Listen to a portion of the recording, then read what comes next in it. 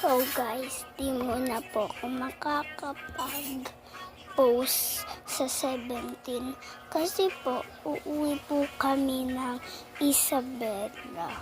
Pero po pagdating namin, magpo-post po ako. Pero nasa bus na po,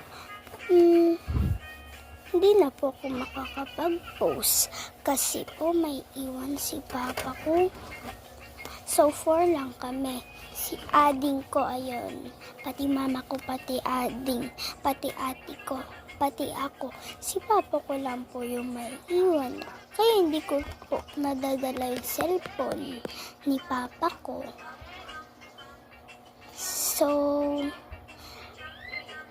guys, mag-ingat kayo pag inaaway kayo.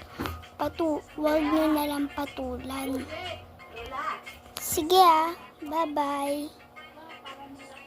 Mag-iimpake na kami sa 17 pag gabi na. Bye guys.